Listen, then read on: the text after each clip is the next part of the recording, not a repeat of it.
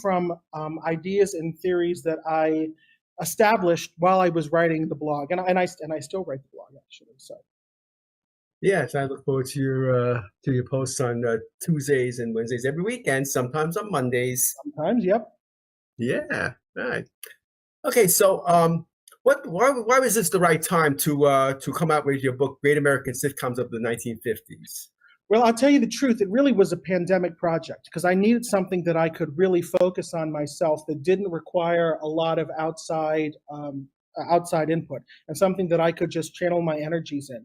And so the process, it was really a 3-year process from pitching it to finally having the submitted version, and then it finally came out earlier this year.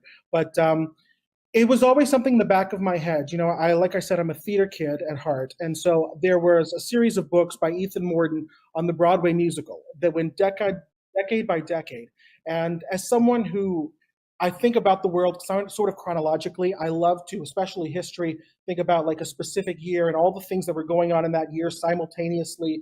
And I was fascinated by a study of the sitcom that tracks its evolution decade by decade, because the decades are natural markers that we can use to just divide trends as they go. Obviously, 10-year periods are not neatly trend by trend, but it's a helpful marker. And so the 50s is, of course, where I started because it's the first full decade of American television sitcoms. And of course, my hope is then to get to write about the 60s and the 70s and so forth. But yeah, started with the 50s because that's a very good place to start. Yeah, fantastic. Okay, so let's get down to definitions. So what is a sitcom, and what is the significance of this, what you call the situation? That's a very good question. The first chapter of my book, what I wanted to answer is, where did the situation comedy come from? Because in my estimation, there's never been a great written history of how it developed.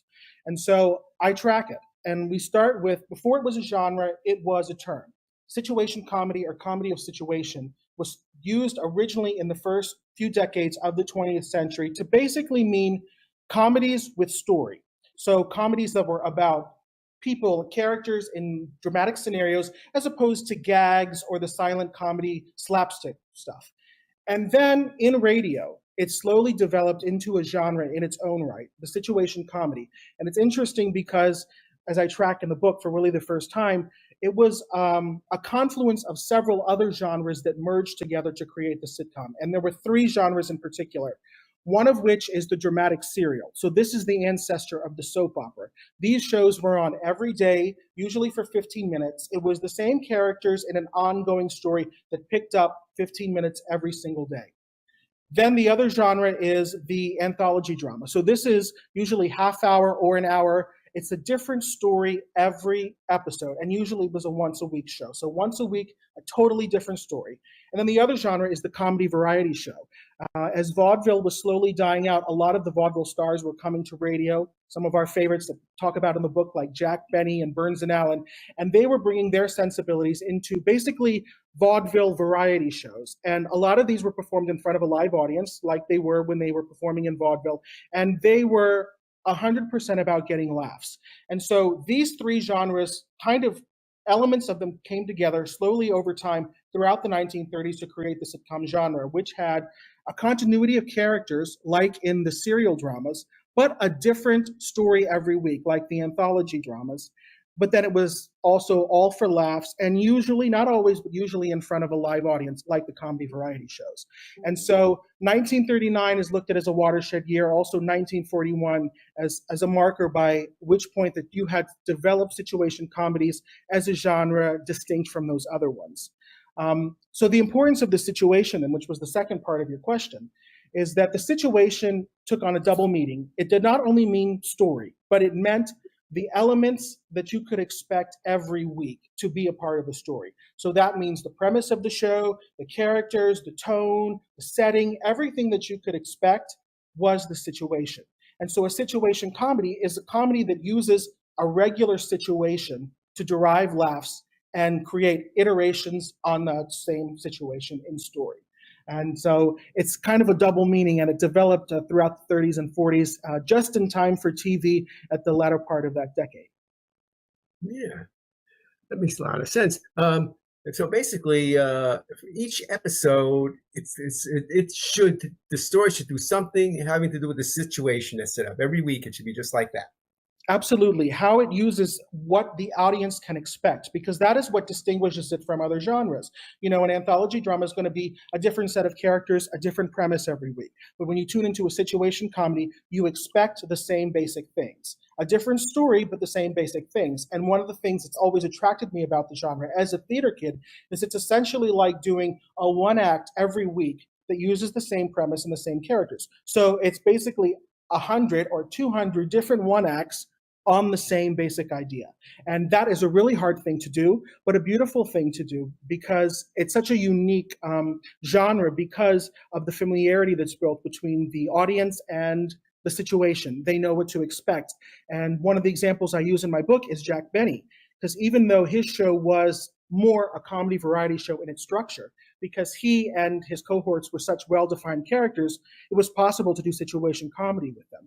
And so a famous laugh, like when he's robbed at gunpoint and the mugger says, "Your money or your life," and the audience laughs before he answers, it's because they know that Jack Benny is so cheap that your money or your life is a dilemma for him. He does not know which one to choose. And that would not be immediately clear if this was not a character that the audience had any familiarity with. And that's the beauty of the sitcom, that you create expectations that build on themselves and that the audience is drawn in, and also the humor becomes more potent as a result. Yeah. Okay. Yeah. We can talk about I Love Lucy for days, but yes.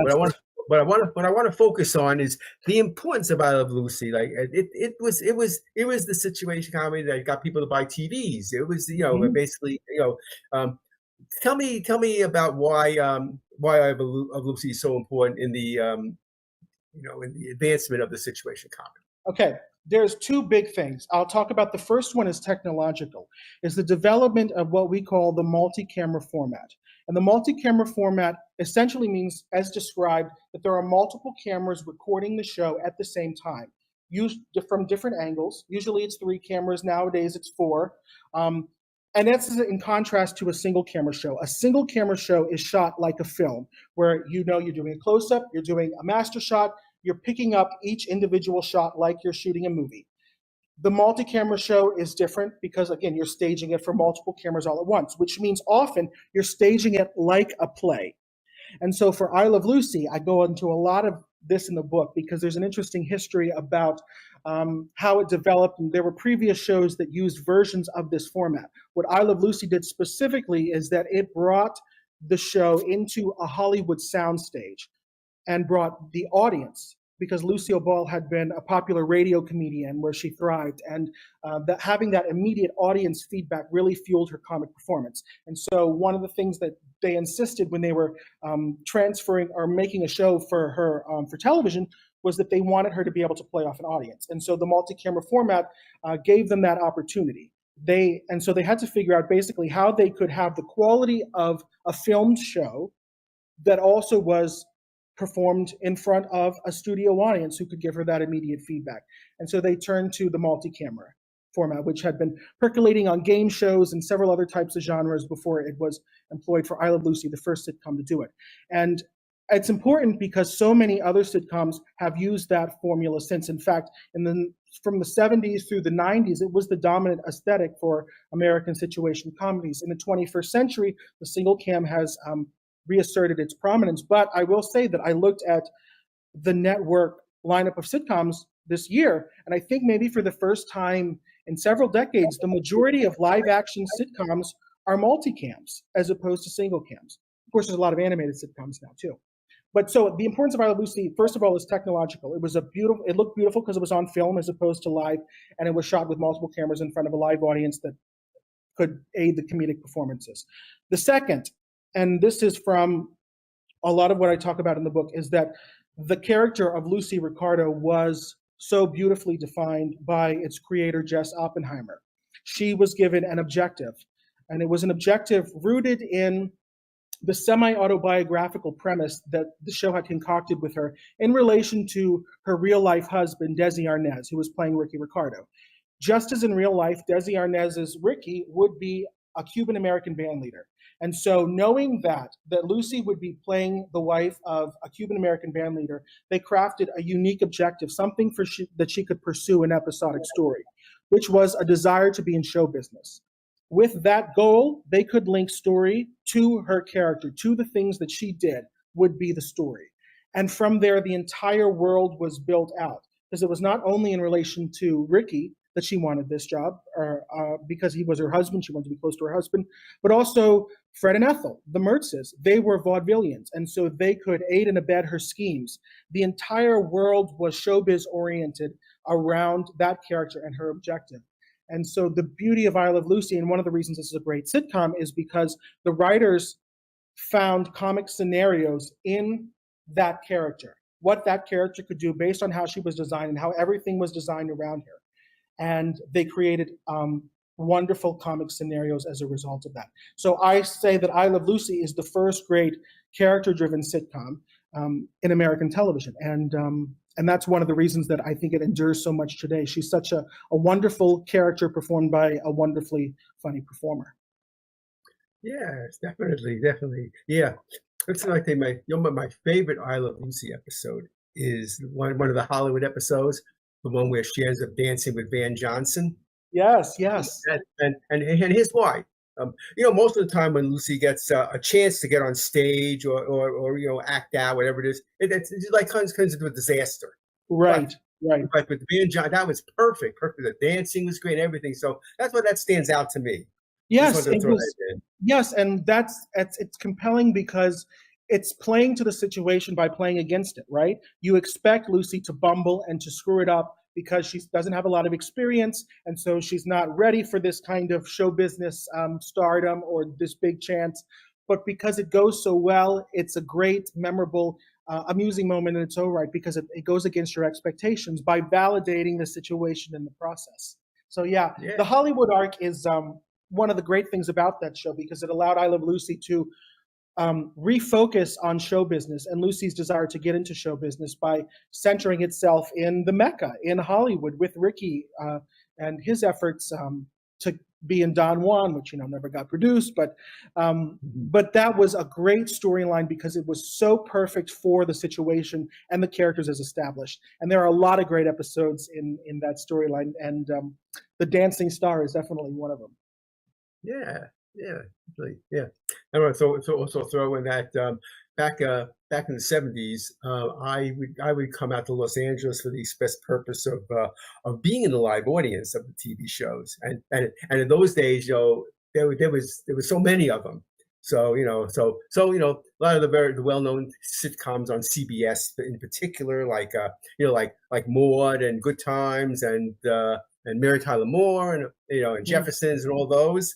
So I ended up going to a whole bunch of them, and of course I really went for the technical perspective, being able to see what it looks like. What does a set look like? How are the sets laid out? Where are the cameras and all that sort of stuff? So that's something that I've really enjoyed. And obviously over the decades, things really haven't changed that much. They're still done the same way. Absolutely, and I so envy you. The 70s actually might be my favorite decade for sitcoms because there were so many of them that were multicam shot in front of a live audience. And one of the reasons that I love the multi-camera format is because when you're forced to stage a show and write it as if it could be performed in front of a live audience, you're limited by the number of sets. You're usually limited in the number of characters and the turns that the story could take. And so that really forces a focus on the characters and their interactions, which means that you have to have great characters in a great situation. And the thing I love about the 70s is that both on the MTM shows, Mary Tyler Moore, Bob Newhart, Rhoda, and in the Norman Lear sitcoms, All in the Family, Maude, Sanford and Son, you have these great characters in these relationships, few sets, just them interacting. And that's one of the reasons that it's, I think, a golden age for sitcoms, and one of my favorites that I hope I get to write about, like I've written about the 50s one day. Yeah, so those are some of my great memories of it, being able to experience. Do you have any specific memories, any specific episodes or shows? Actually, it's interesting that after all these years, it's hard for me to remember which episodes I was at. But I do remember, having the opportunity to ask questions, for example, from the audience, and that was always nice. Yeah, Like one yeah. time, one time I asked a question when I was at Mary Tyler Moore, and you might remember the episode where they were leading up to the, I guess who was going to be playing in the Super Bowl or something like that. And Yes, yes, yes, yes. so I asked them, how did you know? And what they said is they told me, but they did a whole bunch of different endings. And the one that Makes they sense. showed, was the one that mirrored what actually did happen. So I said, oh, wow, that's amazing. Didn't know that. So, yeah, so that sticks in my mind. Yeah, wonderful. That I've been fortunate to go to a few of myself. I actually saw one of Betty White, speaking of the Mary Tyler Moore Show, one of the last episodes of Hot in Cleveland. And that was a real Oh, pleasure to be able to see her for one of the last times in an arena where she, shone for so many decades. oh yeah, that's right. Of course, yeah. And Valerie Bertinelli, she's in that. Another One Day at a Time is another one of the shows that I went to back in the Yeah, 70s. Norman Lear staple. Yep. Yeah. Yeah. Okay. Let's move on now. I want to talk about the 1950s peak, the 54-55 season. What is so special Yes. about that? Well, that was literally the peak. That was the year in the decade where there were the most sitcoms on air of any other. I think it was almost 40 sitcoms. And this was a Wow. boom that really you could attribute to the success of I Love Lucy, which um, debuted on the scene, was a critical hit, a commercial hit, won awards, and it's number one for many years running. And so other people want to get in the sitcom business. Of course, sitcoms have always been lucrative on radio as well. But this was, in television, it's a business of replicating success. And so I Love Lucy was successful. And for the next several years, more and more sitcoms follow. And 54 to 55 is the year where there are the most sitcoms. I actually think the best season of the decade is the next one, 55 to 56, because there's a winter week Yes. of the shows down, and some of the better ones come up and persist. And it's really, I usually find that if you look at the decades, a snapshot, the best snapshot you could take of them as a whole usually resides somewhere in the middle, because you get some of the trends from earlier and some of the trends from later, and you just find it right in the middle of things. And so that is very much true with 1955 to 1956, which is not only has I Love Lucy, but has The Honeymooners and The Phil Silver Show, and Burns and Allen is having a great year, and it's just a great year for a lot of the best sitcoms of the decade. Yeah, and in that season, 56, where you said Phil Silvers and the Honeymooners, I want to Mm-hmm. talk. That brings up the question about character-driven, which you already talked about, I Love Lucy, versus Yes. idea-driven. Those are Yes. the two basic kinds of comedies that you talk about. So let's Yes. talk about the differences there. Absolutely. So this was a theory that I had developed while writing my blog, and you've heard about it. I think with other genres, you'll hear somebody say something is either character driven or story driven or premise driven. So idea driven is my term because it's more broader, because it could mean anything. It could mean story, it could mean premise, it could mean anything that is not the character specifically. And what you have to look for, the basic difference between the two is what is being explored. Are you exploring funny characters in ideas that explore those funny characters? Are you exploring funny ideas using those characters? And the 70s, going back to the 70s, is where I think the divide is the most stark. We talked about MTM shows and Norman Lear shows. MTM shows are the character driven shows. The way that those shows are plotted usually are the climax is a confrontation between characters. It is such a character driven show. It is about exploring different people in relation to each other. The Norman Lear shows, they have great characters, but a great episode of, say, All in the Family or Maude has a topic, has a subject, has a political taboo or social taboo that was not discussed before that time. And so the characters are conduits to explore that idea. And they're well designed, and they have their relationships are fueled and designed to explore those ideas.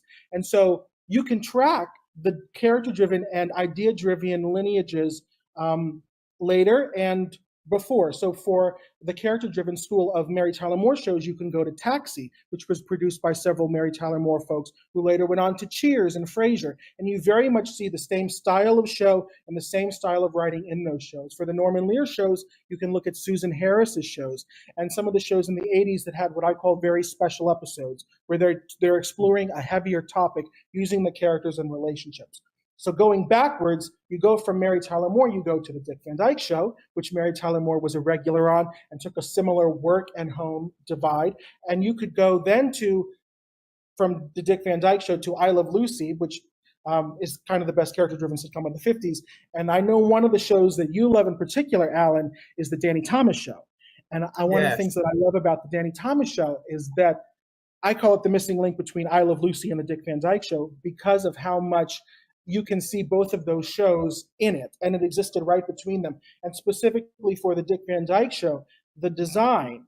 Well, I'll just say the one thing that they all three share: semi-autobiographical premises about somebody who works in show business, and there's tension between the workplace and the home as a result of this character working in show business. So with Dick Van Dyke, the tension is just the fact that he has to go back and forth between them both. But with I Love Lucy, you see that the performer in show business is Ricky, and the tension is that Lucy wants to be in show business as well, but she's at home.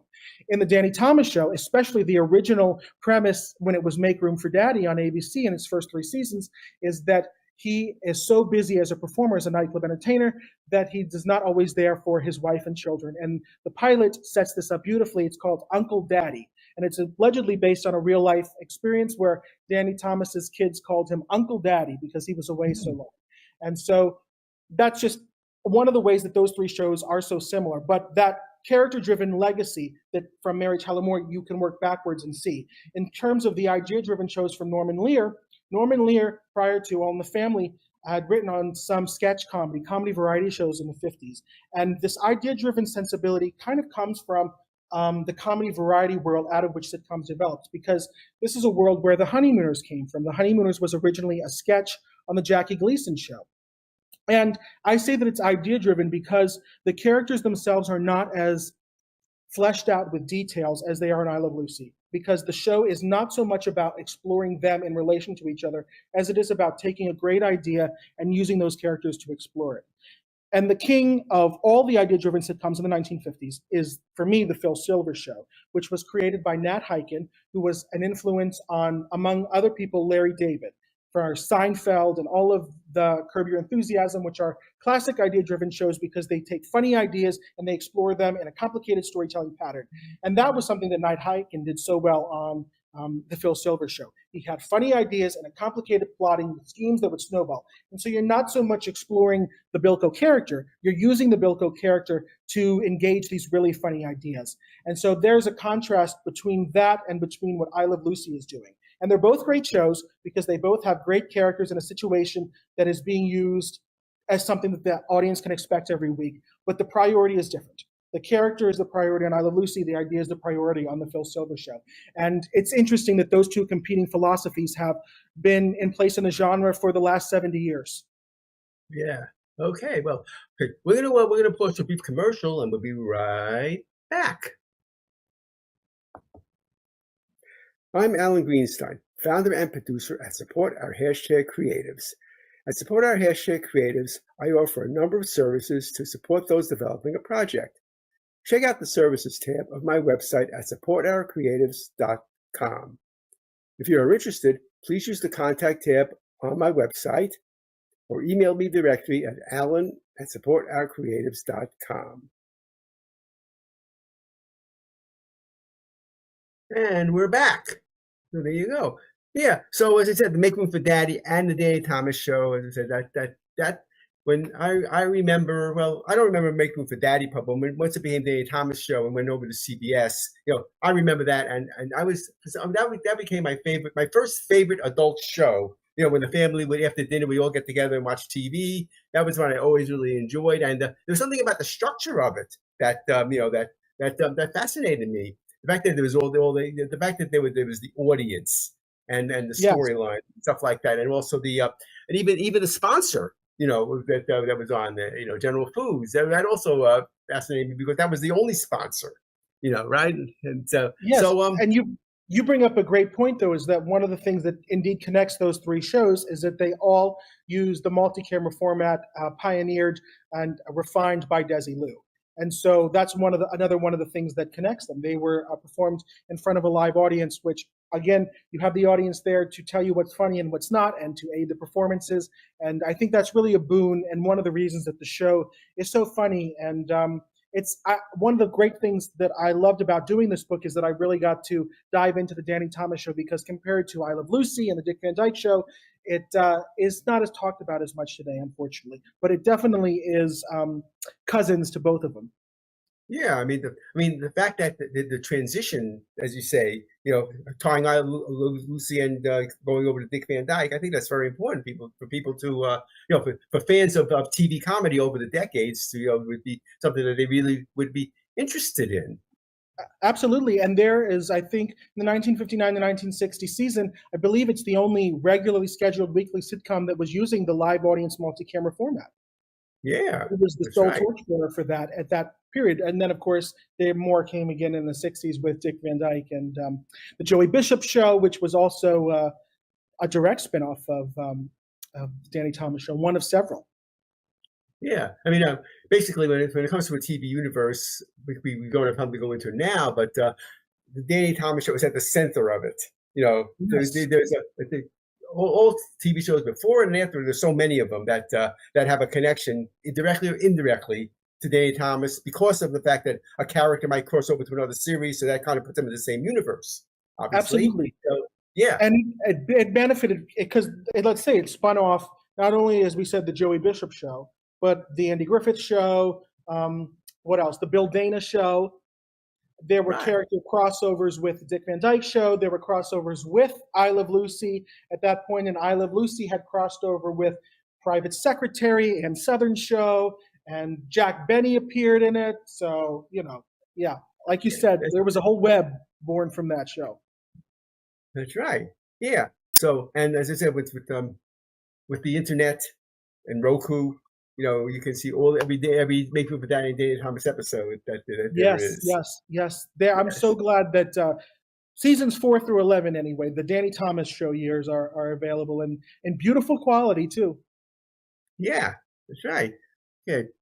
Now, you mentioned about the 59-60 season or whatever, but I want to talk about what led to the decline of the sitcom. Yes. And along with that, let's touch upon the popularity of what we call the nuclear family shows, and your thoughts about those. So let's talk about that. Yes. So in the 50s, I would say, so the boom of the 1954 to 55 season was when there were close to 40 sitcoms on network television that season. By 1958 to 1959, there were, by my count, 16, so fewer than 20. And this was because sitcoms just weren't catching on. The new ones, there were very few that audiences were really drawn to, and other genres were starting to rise in the airwaves. You had more westerns, you had more crime dramas, there was a game show craze, or quiz show as they were called then. And so the sitcom was kind of on its back foot. And one of the reasons that I posit for that is that there was a lot of shows that weren't funny. And this is, it's always subjective, but one of the things when we define the situation comedy in that first chapter is what exactly is comedy? I told you what the situation is and how you can identify what the situation is, but there's a lot of theories about what comedy is. And, I didn't want to do too much about that in the book, but I'll tell you the theory that I like the best is the idea of a benign incongruity, which means that there is an incongruity. Something's off. Something's not what you expect. Something's a little different, a little heightened, a little weird, but it's benign. And benign means it's okay. Nobody's going to die. Nobody's going to really get their feelings hurt. It's okay. And so if a show isn't funny, or you personally don't find something funny, generally it's because either it's not off, there's no incongruity, or it's too incongruous, it's too weird, or it's not benign, or it's too benign. And so I would say with a lot of these family shows, and I think the prime example for me is Father Knows Best, because the star of the show was doing a sitcom that didn't really want his sitcom to be funny, is that it is too benign. If it's not enough incongruity, and it's too benign in that regard. There's not enough quirks, not enough things that are off. It is generally just a lighter, simpler show. And again, the creator, or not the creator, but the star of the show, the producer of the show, didn't want it to be funny. And I think that there was a sense of that in other similar family shows that were milder, I would say would be the word. And that is not as competitive with I Love Lucy, a Honeymooners, a Phil Silver Show, in the sense of using their situations for specifically comedy, which is what is the great thing about the sitcom genre at its most ideal, and what is the most difficult thing for the sitcom to do. And so with a lot of shows like that, and Father Knows Best being one of them, the sitcom was a little bit in an identity crisis in 58 to 59. And 59 to 60 is when you start to see it come out of that and really come out of it into the 60s. Yes, and that is my next question. Tell me about what began, let's say they began the sitcom revival in the 59-60 season. Yes. So this was honestly, the networks just started trying different things. They started throwing things at the wall, and they would do that for the next few years until they had an established roster. You know, in 60 to 61, Andy Griffith's show premiered. 61 to 62, Dick Van Dyke. 62 to 63, The Beverly Hillbillies. By which point the sitcom is definitively back. So in 59 to 60, there were a couple of new sitcoms. One of which was Dennis the Menace, and Dennis the Menace was CBS's answer to Leave It to Beaver, which they originally had, but they gave up. And Leave It to Beaver was an interesting show because it appealed to a younger demographic. And the networks at this time were starting to realize that the value that they could hone in on specific demographics and that could provide a specific value to their network schedules. And so Dennis the Menace was a show that specifically catered to a younger demographic. And it's a show that I say is jokier and funnier than Leave It to Beaver, but the characters are not as, it's just not as consistently or humanely written as Leave It to Beaver. But the real show that I say, the great show of that final season of the 50s, 1959 to 1960, is The Many Loves of Dobie Gillis, based on the book by Max Schulman. And one of the reasons that I think that it is such a winning show is that it commits to humor first and foremost. It is committed to designing teen characters for comedy. And so these teen characters aren't, you know, the kind of characters you'd see on Father Knows Best, where they're kind of mild. They're genuinely funny. And yet it's also not some of the teen shows that you'd see on radio where the kids are goofy and the adults are just wah, wah, wah. The adults on The Many Loves of Dobie Gillis are funny too. And in fact, the tension between the adult characters and the children characters are part of the comedy and even some of the dramatic storytelling. And so it's really compelling on that front because it really commits to characters and character comedy. And it's written in such a unique style by Max Schulman, who was a big author in the 40s and 50s. And so it was not a huge rating smash right away, but it did good enough to stay on the schedule and help this process of the sitcom coming back into form in the 60s. And it's a great show. The characters are so well defined. It's one of my favorites from that decade. And in fact, I think the first season is actually the best because going forward, the network tampered with it a little bit. It took out some of the bite between the adults and the children. It took out, you know, The Many Loves of Dobie Gillis. Dobie Gillis is very a horn dog. He's always pursuing women. And they kind of got tamer on that front. Whereas in the first season, it's a little more willing to be saucy. And that's a lot of fun. Yeah.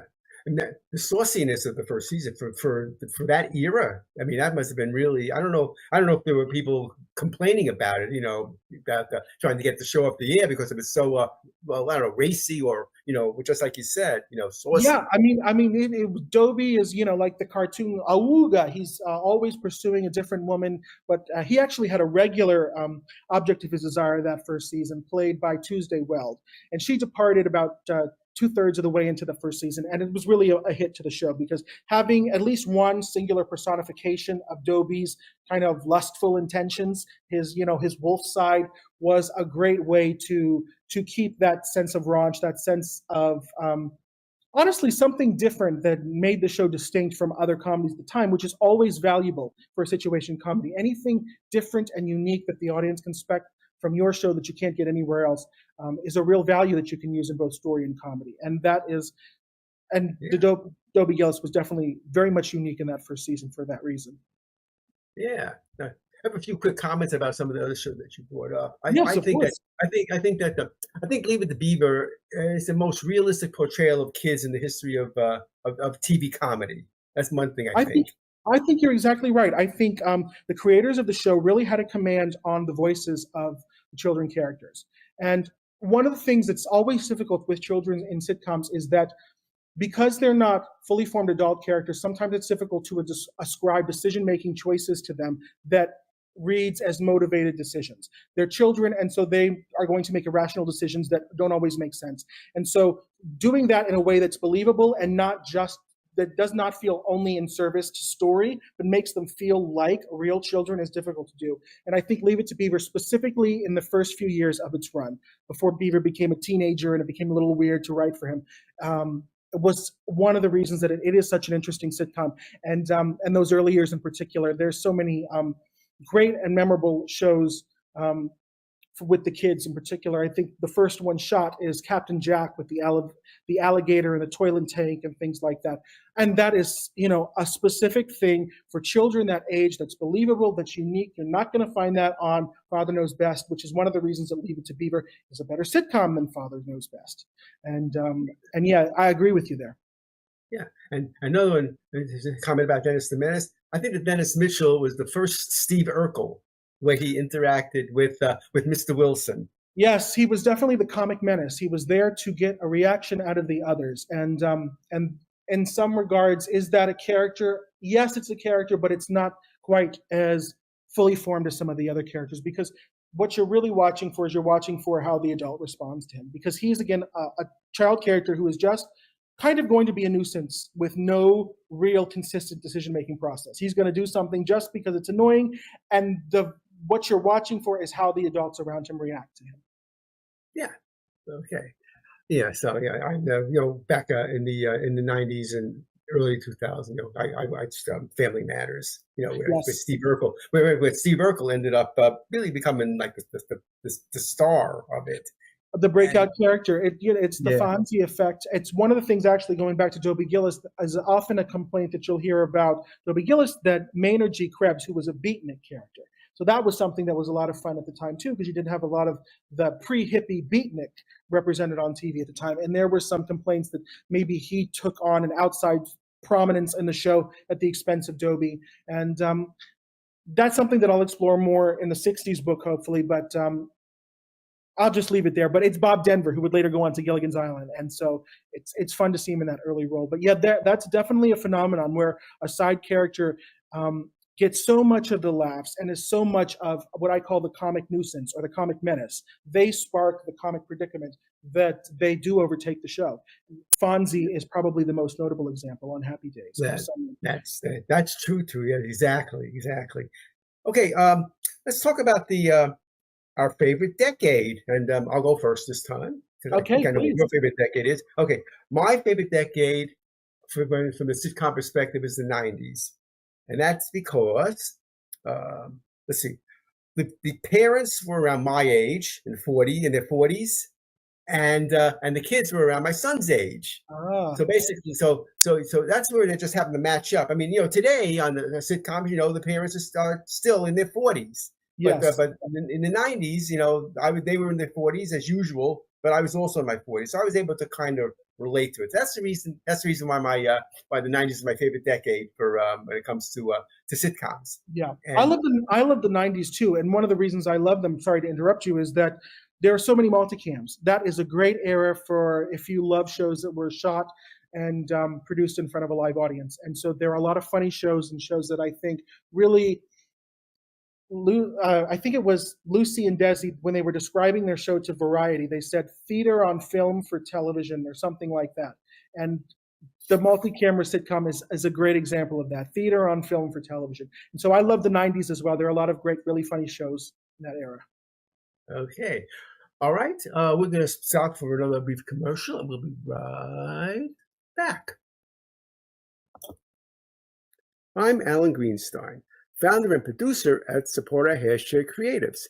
If you make something, albeit make a movie, start a business, write a book, make a physical product, run a nonprofit, promote people, are a songwriter, etc., you too are a creative, and I would love to have you be a guest on the Support Our Hashtag Creatives podcast. If you want to be featured on this podcast, please use the contact tab on my website at supportourcreatives.com or email me directly at alan@supportourcreatives.com. Okay, and we're back. Let's see. Okay, so do you have any advice for people who would like to emulate what you do? Yes. Well, I would say for writers, if you want to write, you have to write. You just have to do it. It is one of those things where you have to cook if you want to be a cook. If you want to be a dog walker, you have to walk dogs. If you want to write, you have to write. And I know for me, for my peace of mind, I love to write every day. I feel that the day is not productive unless I do a little bit of writing every day. And so that my advice to writers is you just have to find a way to do it. And the best way to do it is to find things that you want to write about. And sometimes that's easier said than done. But if you follow your passions, you follow the things you're curious about, or the things that you've directly experienced, I think that is the best way to incentivize you to write. So if you want to write, that's what my advice is. But in general, my advice for pursuing a career is that you want to be friendly, be nice, make connections, and don't just think that you can write in a vacuum, because ultimately you want people to enjoy your work, to read your work, to buy your work, and that you're going to sell products and sell your services to them. That's the interesting thing about writing, is that sometimes you'll be selling a product, you'll be selling a book or a script or something like that, or you'll be selling your services, you'll be selling your ability to write. And so you have to be able to do both. And in order to do both, you have to work with the people that you'll be selling to. Yeah, fantastic. What is your favorite place to do your research? Oh, yes. So I love to go to the library. I am a library person, but I love archives, like newspaper archives. And so there are some great ones that have come online in the last 10 years or so. I use newspapers.com a lot. I use the Variety archives a lot. I use archive.org, has a lot of publications and things like that.